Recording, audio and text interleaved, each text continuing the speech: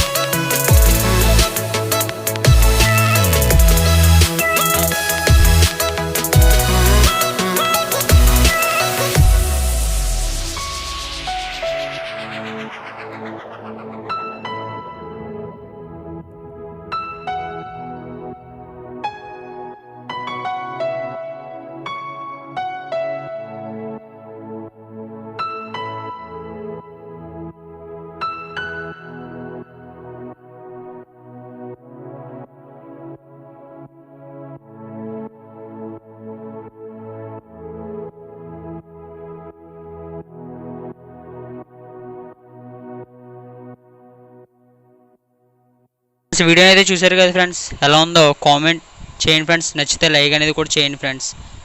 This is Sai signing off. Jai Hind.